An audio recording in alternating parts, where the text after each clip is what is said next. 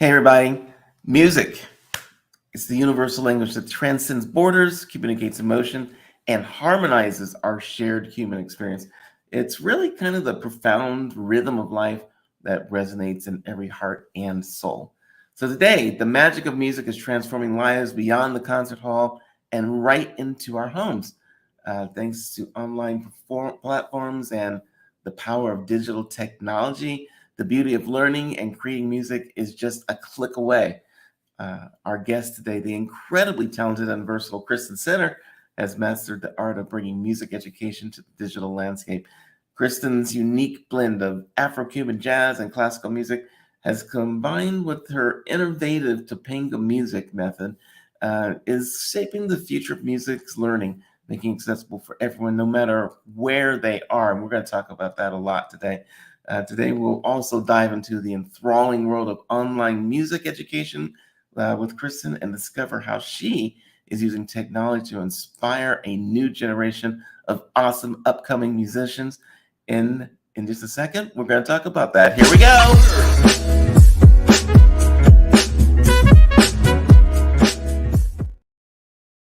Kristin, I love this whole thing about doing music long distance and digitally, and it just rocks. So yeah, it's great. welcome to the show. Thank you. Thanks for Let's start having with the me. easy questions. We're going to start with the super easy ones. Okay, Oh, love it. you started in music. You took traditional lessons. Tell us just a little bit about your journey of music, learning music, and how you started. Yeah, I think I got lucky. I had good parents. They weren't too pushy, but they also taught me to be respectful of their money, their time, my time, the teacher's time. So it was kind of this mix of like respect plus also fun and creativity. So I started really young at age 5, and I had some, various local piano teachers who were just really sweet. They were also family friends. Piano teachers are the best. And Yeah. then I just kept going because I just loved it. And I remember my mom tried me on other artistic things as well, like drawing and dance. And I just kept going back to the piano. So she was like, okay, I think this is her instrument of choice. And then sure enough, I was like, yeah, I think I want to keep going with this in high school. And that's what I did in college. And then I was like, well, let's do my master's now. So then I did all classical for my master's. Here we are today. Yeah. Couldn't So stop.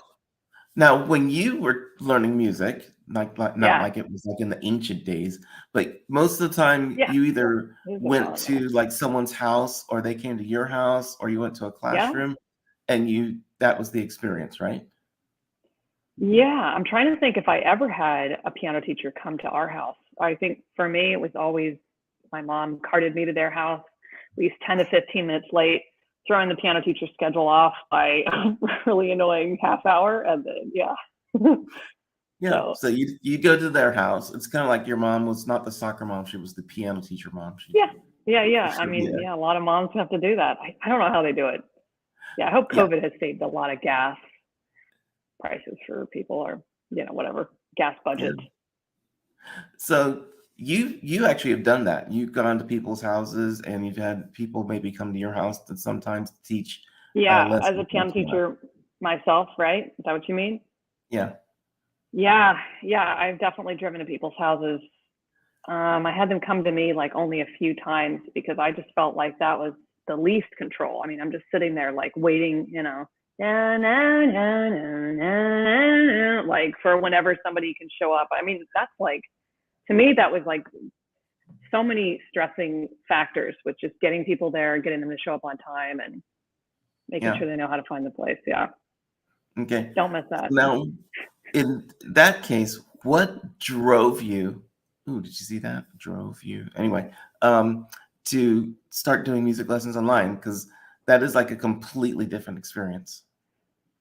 Oh my gosh, you just triggered something. I think that I actually, oh my gosh, I remember before COVID even hit, I was asking, I know why, because I had students that were traveling, and it was like, the mom would just be like, okay, so we're going to be gone for the next 2 months. And I was like, okay, so I won't be eating then. Um, Right? like, do you understand? Like, I need to make money. But I started just trying to be like nice about it and not be coercive. And I was like, how about we, I know you're going to Vail or some like ski place for 3 months. And I know your great grandparents that own the entire estate there have a piano there. So why don't we continue to do lessons with your kids when you're over there? And so I did a few like online lessons before COVID. I just realized that as soon as I did my first online lesson, I was like, oh my God, why have I ever been doing in-person lessons? Like, this is so much better. All I have to do is open my computer and start and just, yeah. Now, here's a side note, like people don't realize how much you have to bring to the party as a teacher, right? Like your job is to inspire. Like I have to really inspire people. So where do you think I get that from? I don't just like bleed inspiration all the time. Like I have to eat well, I have to sleep well. And it's like you have a drained teacher, you're not going to be bringing the party to the students. It's not. I'm a show like this last guy was like, my piano teacher showed up and he was complaining all the time. And I was like, actually, I get it. Oh my gosh. It's totally good. So do you do any more in-person lessons or is it like all online now? I'm all online. I would do in-person lessons, but I would think of it more as like a hobby, like some kind of like big brothers, big sisters kind of thing. Like I'd like to give free in-person piano lessons, at like a designated time. I show up and a bunch of kids that would not normally afford them or something get to take lessons. Like that would be cool. Okay. But as terms of relying for my own like health and safety income, hell no. Okay, so like now here's the big question, and I know everyone's like wondering this, like how the heck do you teach piano online if you're not there to like use the ruler and smack people on the hands? I mean, people don't do that anymore. How do you do it? Right. And that, right. Yeah. Just so people know, I'm actually talking to you right now, and you're in Norway. Right. So this is let's see that fresh again. And new for me. I normally have my whole setup at home, so I'll have my grand piano and everything. So this is me like full on. I am like legit backpacking around Europe. Like I just realized that the other day when I had all of my stuff on me for a month's worth on my back, and I was like climbing a river walk, and I'm like, this is what backpacking is, like backpacking around Europe. So yeah, like I'm actually teaching lessons of backpacking around Europe. It's pretty cool. So yeah, right iPad. Now you've got what the iPad. It's an iPad that you've got right there, right now. So what's the musical experience for? And you don't always use the iPad. You have your grand piano. You've also got other keyboards that you can use. What is the experience? Because right now you are out of the country and still teaching lessons. You don't have to even be where you normally teach. Yeah, I mean, I think if I did this would be cool to do like long term, but I would actually start to rent places that have pianos because I do need a tiny bit more, than just an iPad. But yeah, people asked the same question when I went online. They were like, how is that possible that they're not going to lack? Like the students aren't going to be able to, how can they really see? And I'm like, you'd be surprised what using your words to communicate can do. Like, I mean, I like to think of myself as a pretty communicative person, and definitely over Zoom with COVID, I had to get really clear about like what I wanted the student to do. And I've listened to other piano teachers or other people talk even, and I realized, oh yeah, you're not being as direct with exactly what you want. So it's been a challenge, but it's also been a great like growth in my direct,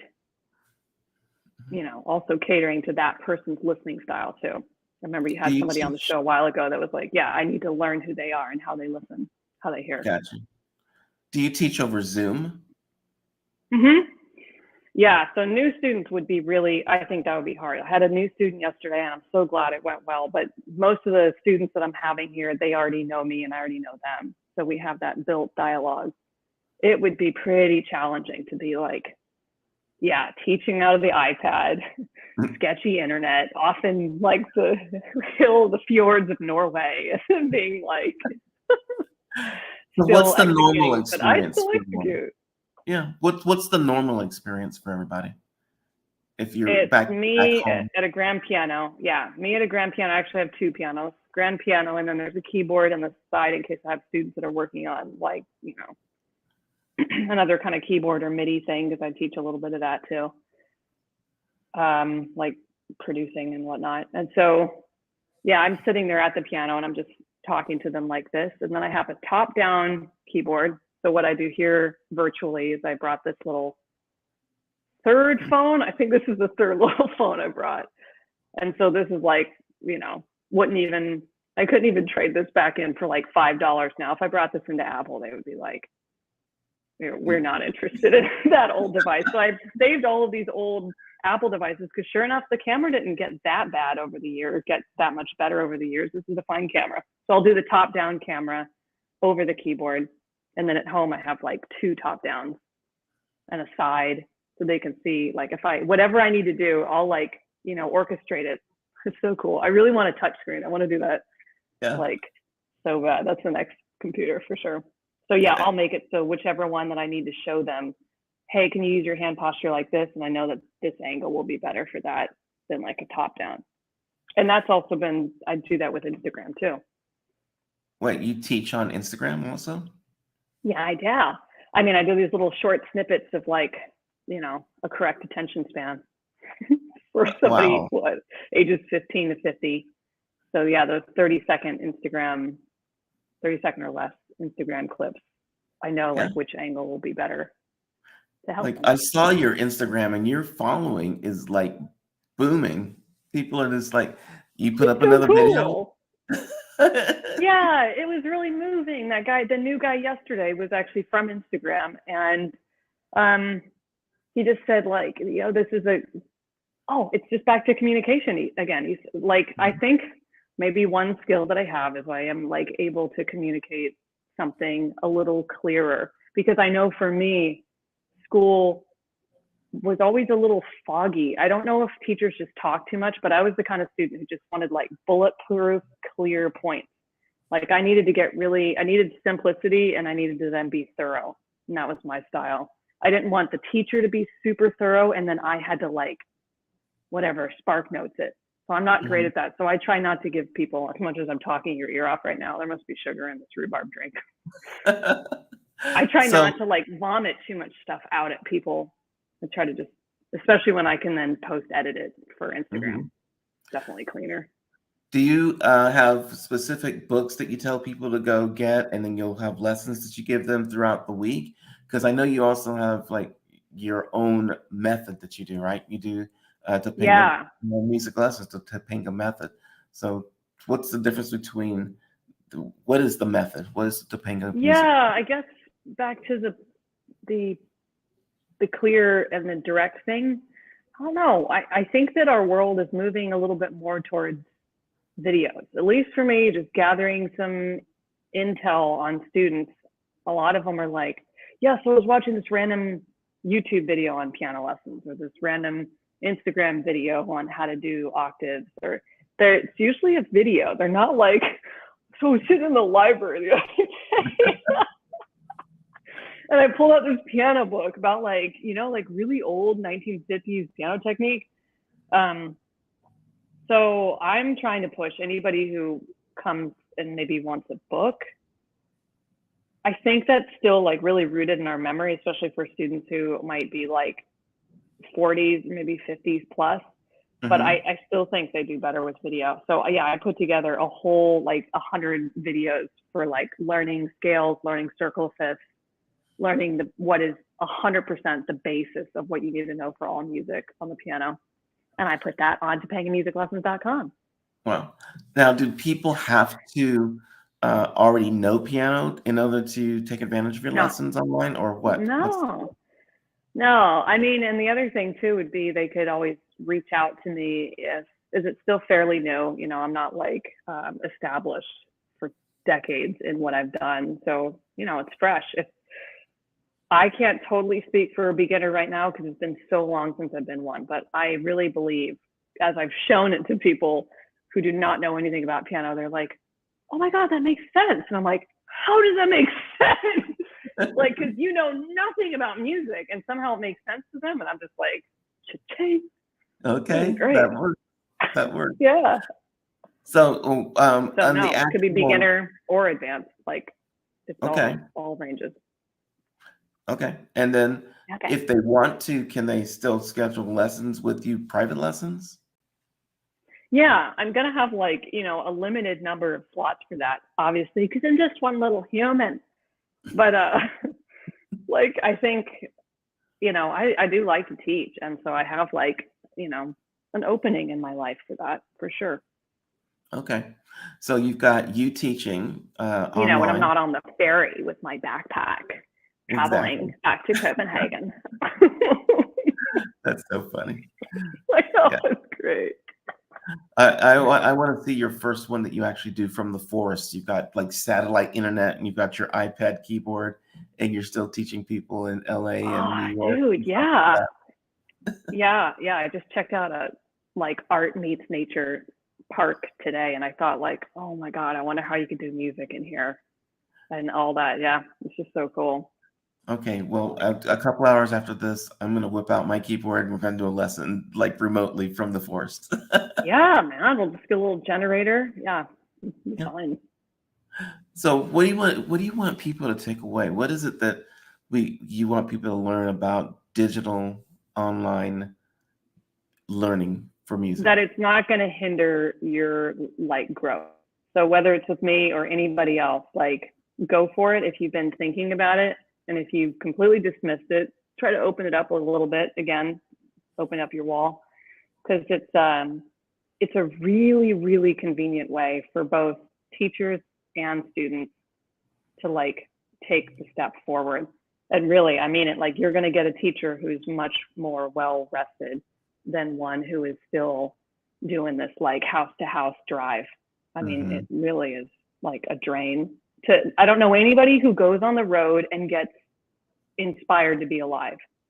Like there's no human being who jumps on, like as far as I can tell, who jumps into traffic and goes, oh my God, I'm just so fortunate right now to be a human being in this world. Like traffic and commuting drains people as far as I've seen. Hmm. And so, you usually just end up with like a drained teacher at your door who's just like, fill a glass of water.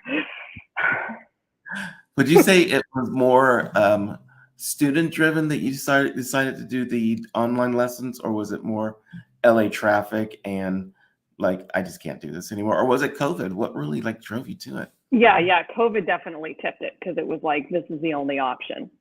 But I mean,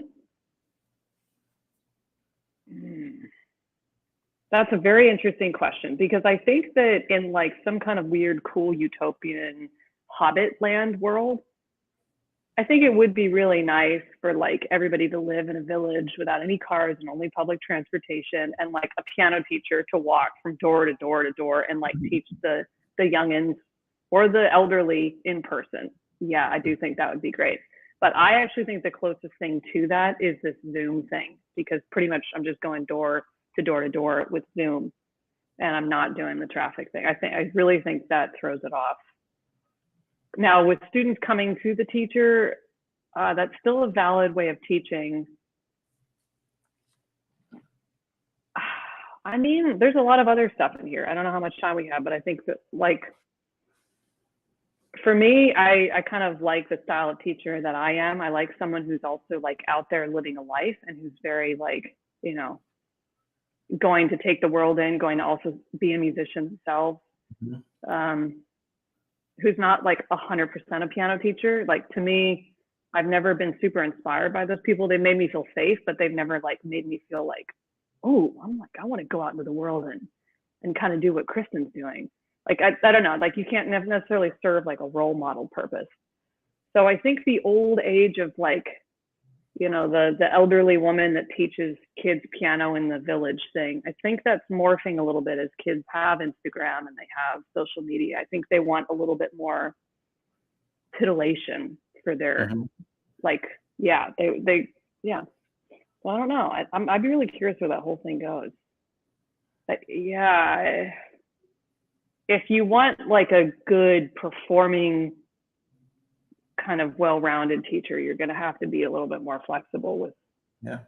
demanding that they come to your house, because someone who's out there in the world living is not going to be like driving to your little Hoboken Yeah.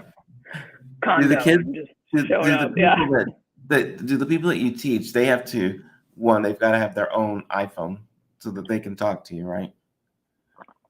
And Yeah. so Anything that has internet. do they need just one phone or two phones? I have a lot of people that just do one. I've been doing one for years. I mean, I leave it up to them. I mean, it's pretty much like you're going to get as much out of this as you're going to give into it. So the people who I know are adults and like who really want a run for their money have like two different devices. They have like a face one, and then they have like a good full keyboard, so I can see how they're sitting and what their posture is and how their hands are hitting the keyboard and if their wrists are tense. But gotta do that. Now, what about keyboard versus piano? Is some people go like, you know what, I really want to learn, but I'm just going to go buy a weighted keyboard.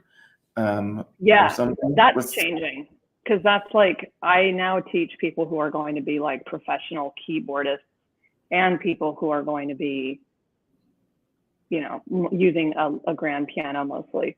So that's like, I used to think, you used to call me on this too, like a keyboard was an inferior piano. But no, like a lot of people, if you're going to be backup band for Ariana Grande or whatnot, you're not going to be on a real piano unless, they have one for some, but usually the keyboardist is just playing keyboard. So yeah, it's definitely a different instrument. Okay. And then for people who want to learn how to play piano, and they only have a keyboard, we can work with that, but know that it's always going to be inferior, because you're never going to have that pushback on your fingers that a hammer would give you. Yeah. You don't get it's different. Your finger strength is different than I would imagine. Yep. Yeah. They have weighted keyboards, but it's not even close to like what the actual feeling is. Yeah. But you can make do with it for a while. Like, I mean, you can learn a lot, but it's just like anything, you're practicing something. Like if you're practicing sitting with bad posture, you're practicing that. Well, okay. I am ready. That's excellent. Nice. All right. So for someone to get started, they need to at least have one camera and one keyboard. It doesn't matter if it's and you can even have this. There's like, I could have you going for, 8 or 9 lessons on just an iPad with GarageBand running. Wow. Okay. That is enlightening. Thank you for that. I want to learn a little bit more about you. I want the audience to learn a little bit more about you. So we're going to play a round of this or that. I'm going to ask you a question. I'll give you 2 choices. You can choose one or the other, but not neither or both. And if you feel like you need to explain anything, we can do that too. So we'll start easy and we'll increase over time. So I like it. Easy question. Well, maybe easy. I don't know. Classical or jazz? Classical. Okay. Beethoven or Mozart? Beethoven. Okay. Writing songs or performing songs? Oh, writing songs. Oh, you're getting ready to do a new album, aren't you? Yeah. Yeah. When's that going to be out, and what kind of music are you writing for it? Well, my original kind of singer-songwritery stuff, somewhere in between, I don't know, Fiona Apple, Norah Jones style, if you know the, Yeah, and by the way, for people Gorillas. Yeah. People that don't know, you're a fabulous singer also, and I'm not sure if you're still playing sax or not, but you're also a saxophonist. And I really do need to play the sax. Yeah, I just get like, I don't want to suck on the reed. This is so fun. You too, right? I just don't want to warm the reed up. Yeah, that's the fun part. Really? You think so? Studio recording or live performance? Live performance. Okay. And you've done your own music studio too also. Would you rather do your own home studio or go into another person's studio? Home studio all day long, because another person's studio feels like a performance. I never can get out of that. Gotcha. I'm too much of an only child, left alone in the woods for too long. All right. Small venues or music festivals? What was the first one? Small venues or music Oh, small festivals? venues. Yeah, Okay. I Yeah. changed that. Yeah, I think you asked me that a while ago. hmm How about collaboration or solo work? Oh, I think collaboration, although I have very limited experience in it. Yeah. How about now this is one for me because I've played music and paper sheet music or digital sheet music. Oh, yeah. I mean, yeah, paper. I know. I like paper. Sorry, trees. Yeah. Sorry, I do. trees. It's like I like album covers too, but paper. There's Yeah, something. I can get on board with like Kindle stuff though. I mean, I can get on board with not having, I know you want a hard, no, you're doing good. You have audiobooks. Yeah. Yeah, audiobooks because I love them. Um, Would you rather play in a well-established band or form a new band from scratch? Oh, that's a cool one. How about form a new band from scratch? Really? Yeah, that sounds kind of cool. Yeah. I Would you think a take? well-established band inviting you in, I could just kind of phone it in, just like be the hired keyboardist, but you get a lot more like, you know, you'd be able to have a lot more say. Yeah, I got you. How about create a soundtrack for a movie or write a theme song for a TV series? Oh, cool one. That's a good one. Financially, I think the TV series, depending on what the movie would be. Okay. But yeah, no, I think for me, I'd probably be more of a like movie person. I wonder, like the what was it? Was it REM that wrote the theme song for Friends? Was that them? I wonder if they're still Ding, making ding, that. ding, ding, ding, ding, ding, Yeah, that ding, one. ding, ding, ding, ding, ding. I've never God, even I watched the would show, but really I know like to see that. right now if I'm in the right key. I don't know if I am. Oh my god. Now Look at here, lyrics. how would you limit yourself to one music genre forever, or play a new Yeah, genre every year? new genre every year. That Okay. actually sounds like fun. I would do that now.